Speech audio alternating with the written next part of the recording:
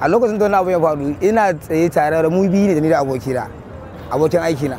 When the bomb went off, I was standing here with my friend, a colleague. He was by my left-hand side. The bomb split his body into 2 parts. My friend was shattered into 2 pieces, and I lost my left hand. Before we can make any sound or move, the bomb has destroyed everything. Things fall apart. A lot have died. Some sustained serious injuries. The incident was a misery. Head separated from the body, legs and hands possibly disjoined from the body. You see nothing but human flesh and bones. I managed to turn to my left with the intention of talking to my friend, and he was not there. I saw someone instead. My friend is lying on the ground in 2 pieces, and I noticed that I lost my left hand.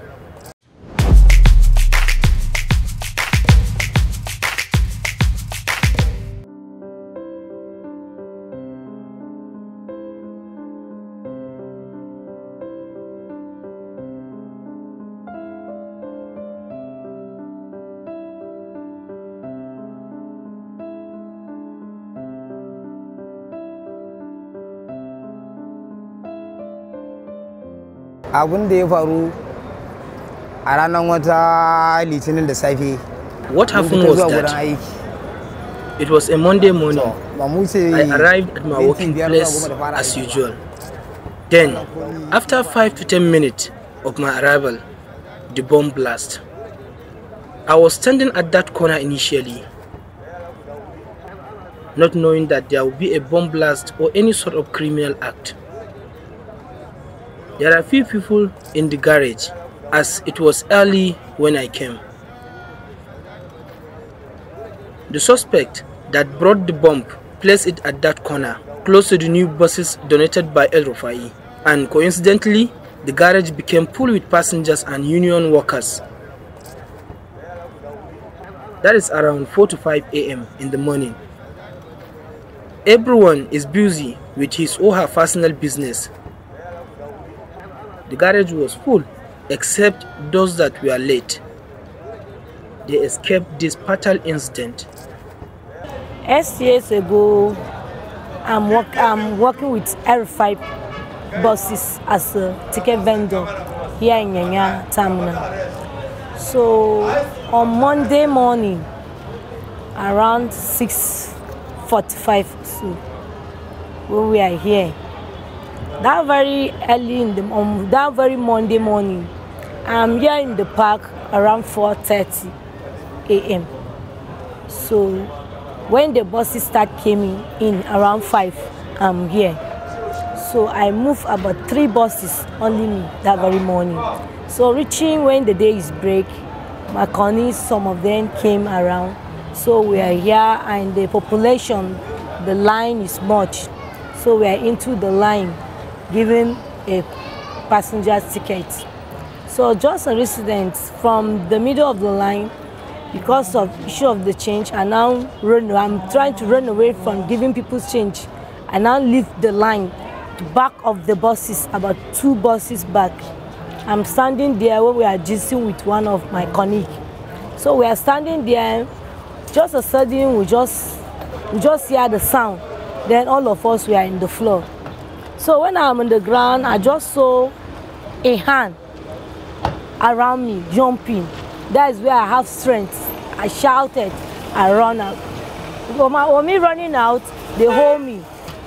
They took me back. They give me seat. When they give me seat, I cannot hear.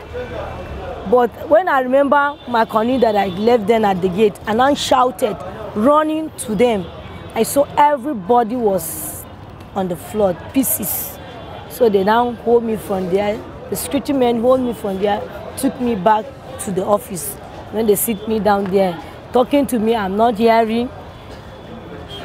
I'm just there looking at people crying. So with that incident that happened to me, the shoving I don't used to hear, I stay at home for 2 days. My parents now be disturbing that they took me back to them. So when they took me back home, went to the hospital, they give me some medication From there, I get myself like a week, and I say, I have to come back. I have to come back to check some of my colleagues. So that is where I came back, starting going from a hospital, one hospital to another. Went to Asokoro. From Asokoro, went to National Hospital. From there, went to Use and be seeing some. Went to Metama. All of them, even when we went to Metama, that is where I found out that one of my colleagues, he was there affected with two legs.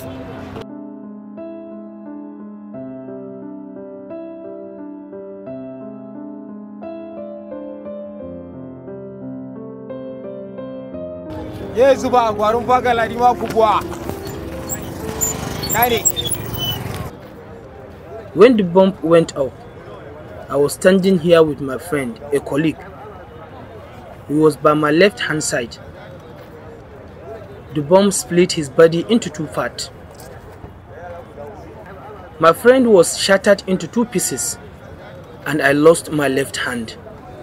Before we can make any sound or move, the bomb has destroyed everything. Things fall apart. A lot have died. Some sustained serious injuries. The incident was a misery. Head separated from the body, legs and hands possibly disjoined from the body. You see nothing but human flesh and bones. I managed to turn to my left with the intention of talking to my friend, and he was not there. I saw someone instead. My friend is lying on the ground in two pieces, and I noticed that I lost my left hand. I left the garage without my left hand. So, here we are again, at the same place, working to put food on our tables. We have nowhere else to go. This is where we search for a greener pasture and the means of catering for ourselves and families. Since before the bomb blast, we have no jobs beside driving cabs and other road works. For instance, there are scenarios where a driver will take a car loan by paying the money in installments.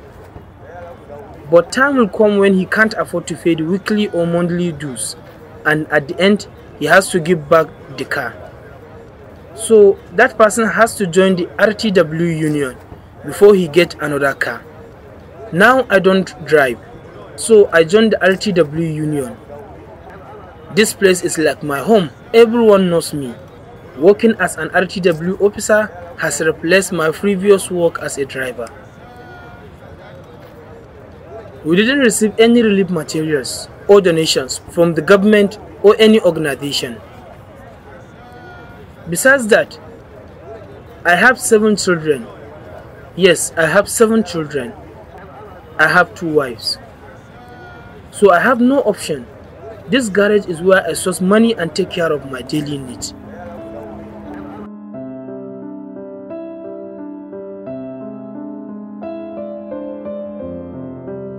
When I remember, it's only tears that will come to my eye if I remember what happened that very day. I used to cry. Sometimes if I start remembering, seeing people's face, I don't used to sleep in the night. Been thinking, what happened? Especially when I'm in hardship, I remember what happened that day. I feel really bad. Because what we expect the government to do, they are not doing it. But we thank God as we are alive. Maybe God leave us for a purpose. Like me, I say God leave me for a purpose. Because that is exactly where I'm standing. It's where I'm standing that the incident happened. As I left there, it's not up to 2 minutes when this incident happened. So I would say it's God doing. Because many, they are nowhere where to be found. It is the government that pays the hospital bills. That's the only gesture they did. Before corona pandemic, I used to visit the hospital every week for medical checkup, every Thursday. But after the pandemic, I stopped going there. And for the past 8 years, I have been an RTW worker. It's 8 years now since the bomb blast. What we want the government to do is help us. Whoever saw me now will understand the harsh condition I am living. even if it is for my children and wives, I deserve to be assisted. All what we know is, no condition is permanent. It is God's will to see us in this condition. The bomb blast was destined by God. I was just lucky to be alive today, because my friend that was standing right next to me died on the spot. I would have been dead by now. After the bomb blast, there are a lot of drivers and union workers that stopped coming to this garage. Even passengers reduced to 2/3. The security situation on the park now, after the incident, the security of the park, they are trying. But we the Nigerians, now all mental behavior, sometimes when the security stop a car to check, the driver will start insulting them, harassing them. That's where some of them backslide, and like now they are not checking as the way they are doing before. It's only in the night that they used to check. For the daytime they don't used to check. If I come here in the morning, before I start anything, I must go around by myself to check the area. That's why especially if I'm walking, any vehicle that come in, I must stop you and ask, "Oga, are you here? Do you want to see person or your passenger?" Before we allow a person to enter. That is what I used to do in the morning. I'm walking there in the morning. I'm still scared. That is the truth. I'm still scared of me standing in this park, because the freedom is not like before. Even the population of the park is not like before. Some people up to today, if they drop them in, they will run out. You'll be calling them, "I see a vehicle where you are going," they will say no, they will run out. Because people up to today, they are still scared of the park. Really, we need help, especially we that doesn't have anything doing. If not, by now I'm not expecting myself to continue with the vendor work, if work there. But because of there is nothing doing, I'm even praying that any day that God has blessed me within the business, I'll join the business. It'll be more better than this. If to say I get the artificial hand, I can still drive cabs. Even now, I can drive with one hand. It is just that I don't have the car to drive. But it will be good if I can get the artificial hand. I will prefer that.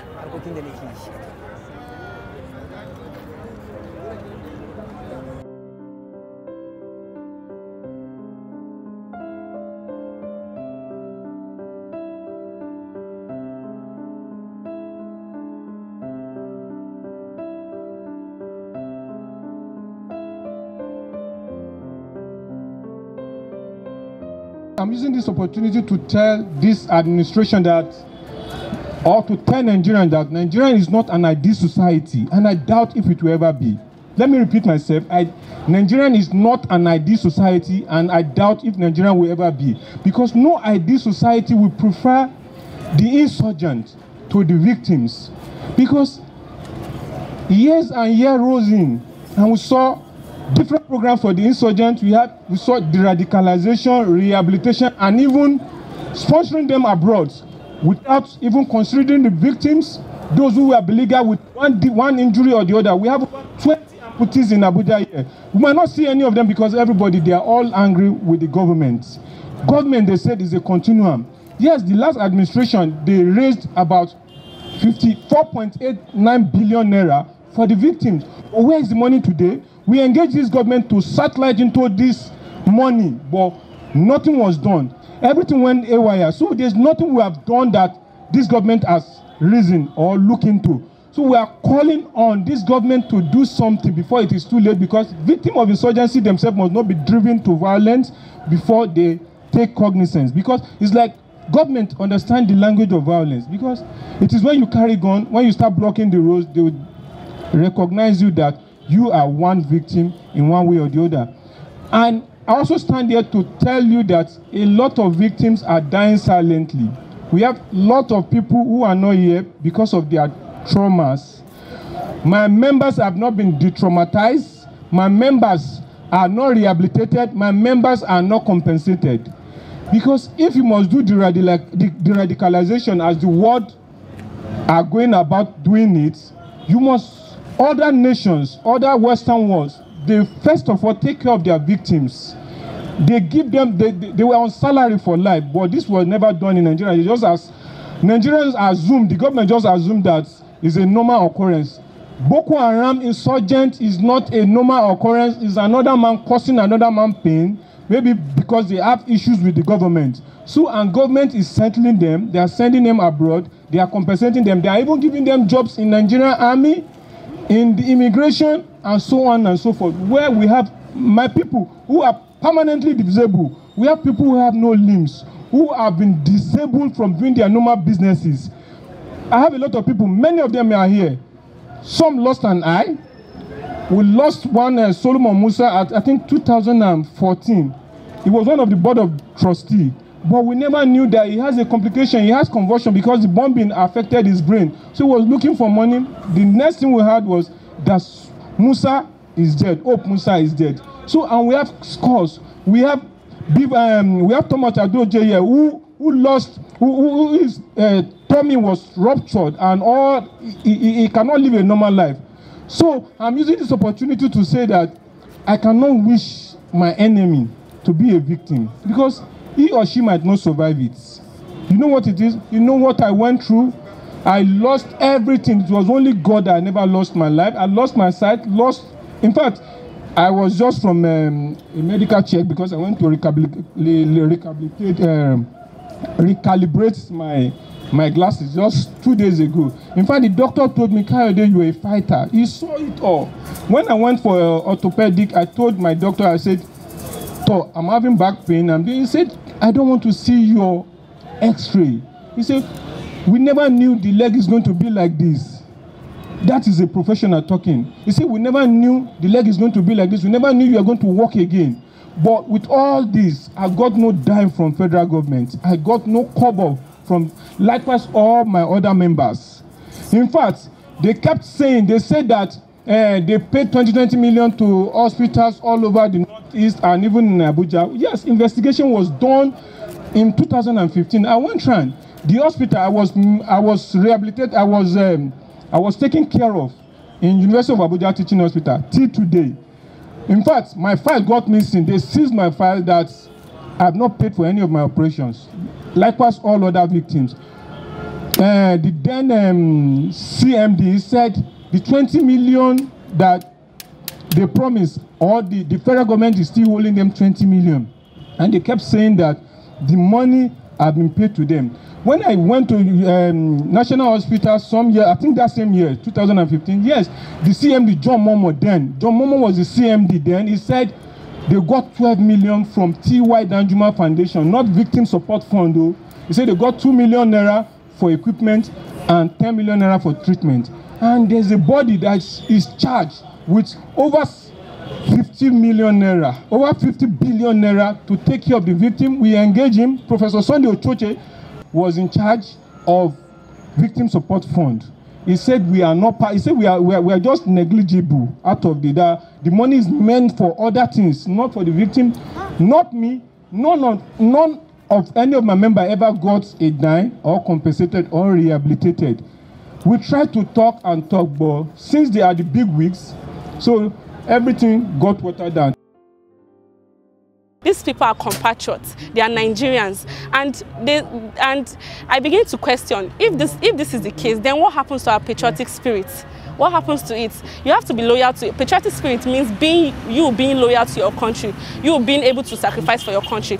But when that country is not standing for you, it's not sacrificing for you, or it's not taking care of you, what happens to your patriotic spirit? That is the essence of national reconciliation and national healing. So the essence of this program is to see how we can encourage the rehabilitation of these victims, to see how we can encourage them to forgive and heal and reconcile with the society, to see how we can help them become stable again in the society, because many of them have lost their self-esteem, they've lost family members, they've lost their joy, they've lost their physical looks. Some of them they don't look like the way they looked before again.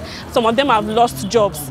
So The essence of this program is to try to bring these people together, show them that we love them, show them that we care about them, and to encourage their rehabilitation so as to promote the growth and development of the country.